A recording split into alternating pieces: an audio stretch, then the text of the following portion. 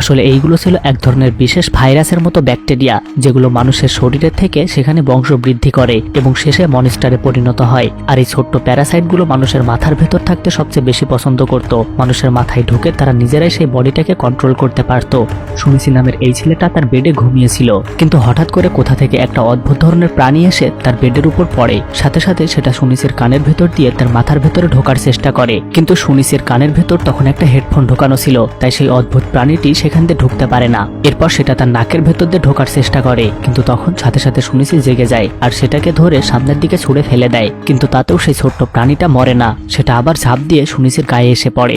কিন্তু সুনিসি সেটাকে ধরার আগেই সেটা তার হাতের ভিতর দিয়ে শরীরে ঢুকে পড়ে। সে দ্রুত তার হাতে মোবাইলের চার্জিং কেবলটা পেঁচিয়ে নেয়, এতে করে প্যারাসাইটটা আর তার শরীরের ভেতরে ঢুকতে পারে না। তখনই সেখানে তার মা চলে আসে এবং তাকে জিজ্ঞেস করে কি হয়েছে। সুনিসি তার মাকে সবকিছু খুলে বলে, কিন্তু তার মা এটা কোনোভাবেই বিশ্বাস করে না। সে বলে সারাদিন মোবাইল টেপার কারণে তার মাথা খারাপ হয়ে গেছে। এরপর সে আর তার মায়ের সাথে কোনো কথা বলে না। পরের দিন সকালে সে যখন স্কুলে যাচ্ছিল তখন সে বুঝতে পারে তার ডান হাতটা নিজে নিজেই কাজ করছে। সুনিসি ফিল করে তার হাতের আলাদা কোনো অনুভূতি আছে। এরপর ক্লাসে হঠাৎ তার ইরেজারটা মাটিতে পড়ে যায়। তখন সে সেটাকে নেওয়ার জন্য ঝুঁকে হাত বাড়ায়, কিন্তু সেটা কিছুটা দূরে থাকায় সে সেটা ধরতে পারছিল না। কিন্তু একসময় তার হাতটা হঠাৎ করে নিজে নিজেই সেটা নিয়ে নেয়। এরপর বাস্কেটবল খেলার সময় সে বাস্কেটবলের দিকে না তাকিয়ে সেটা জায়গা মতো ফেলে দিতে পারে। এটা দেখে সে বুঝতে পারে তার হাতের মাঝে কিছু একটা সমস্যা আছে, এমন তো আগে কখনো হয়নি। বাড়িতে এসে সে তার কম্পিউটারে বসে গুগলে এই বিষয়ে সার্চ করতে থাকে, কিন্তু হঠাৎ করে তার ডান হাতে একটা ছোট্ট চোখ ভেসে ওঠে যেটা তার দিকে তাকিয়েছিল।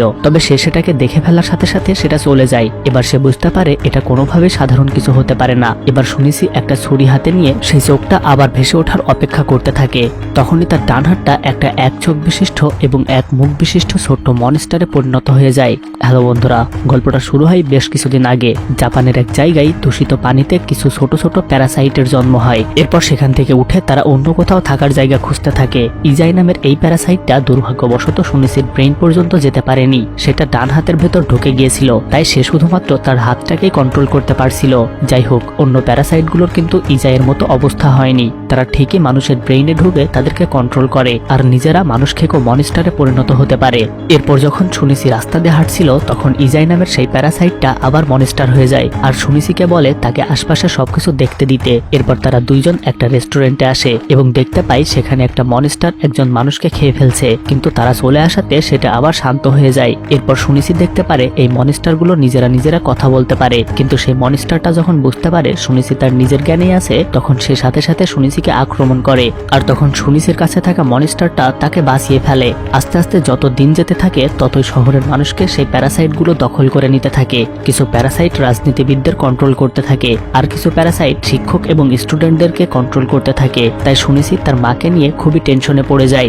স্কুল শেষে সে যখন বাড়ি ফিরছিল তখন তার সাথে মিস্টার এ নামের একটা প্যারাসাইটের আলাপ হয়। আর মিস্টার এ নামের এই প্যারাসাইটটা একজন পুলিশের বডি দখল করেছিল।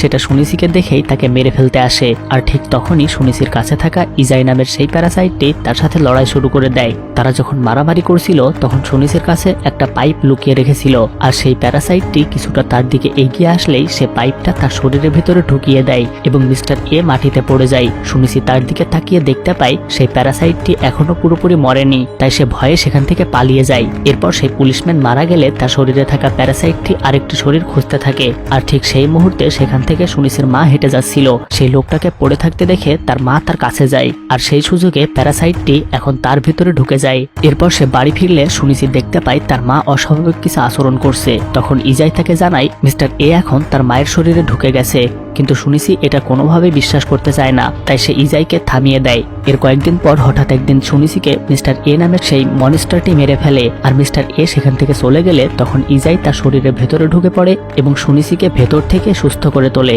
ইজাই তার নিজের সেল দিয়ে সুনিসির হার্ট তৈরি করে দেয়, আর এই কারণে সে জীবন ফিরে পায়। কিন্তু জীবন ফিরে পেলেও সে তার মাকে কোনোভাবে ভালো করতে পারছিল না, তাই সে খুব চিৎকার করে কাঁদতে শুরু করে। কয়েক সপ্তাহ পরে কিছু বিজ্ঞানী এই মনস্টারগুলোকে শনাক্ত করার উপায় আবিষ্কার করে ফেলে। আর সেটা হলো মাথার চুল ছিঁড়ে ফেলা। যদি দেখা যায় ছেঁড়া চুলটা নড়াচড়া করছে, তার মানে মানুষের ভেতরে সেই মনস্টারটা আছে। একদিন সকালে সীমাদা নামের একটা ছেলে স্কুলে মডেলিং করার জন্য এসেছিল। এরপর একটা দুষ্টু মেয়ে হঠাৎ তার একটা চুল টান দিয়ে ছিঁড়ে ফেলে এবং সে অবাক হয়ে দেখতে পারে এটা নড়াচড়া করছে। আর তখন সাথে সাথে সীমাদা তার মনস্টার ফর্মে ফিরে যায়। তাকে দেখে ক্লাসে সবাই খুব ভয় পেয়ে যায়। এরপর সেখানে সুনিসি আসে এবং সে দেখতে পায় ইতোমধ্যে সেই মনস্টারটা অনেকগুলো স্টুডেন্টকে মেরে ফেলেছে। এরপর যখন সেই মনস্টার সুনিসির গার্লফ্রেন্ডকে অ্যাটাক করতে যায়, তখন সুনিসি সেখানে চলে আসে এবং তাকে আঘাত করে মাটিতে ফেলে দেয়। এরপর সীমাদা খুব রেগে যায় আর সে সুনিসির দিকে আবার অ্যাটাক করতে আসে। হঠাৎ সেখানে একজন টিচার চলে আসে।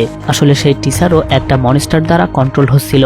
এরপর সেই টিচার সুনিসির দিকে একটা বোতলের বোমা ছুড়ে দেয়। কিন্তু যখন সুনিসি বুঝতে পারে এটা একটা বোমা, তখন সে তার গার্লফ্রেন্ডকে নিয়ে জানালা দিয়ে লাফ দিয়ে নিচে চলে আসে এবং তারা বেঁচে যায়। এরপর সে তার একজন বন্ধুকে দিয়ে তার গার্লফ্রেন্ডকে হাসপাতালে পাঠিয়ে দেয় এবং সে আবারও সেখানে ফিরে যায় তাদের সাথে লড়াই করতে। সে একটা স্টিলের পাইপ নেয়, এটাকে তীর হিসেবে ব্যবহার করার জন্য।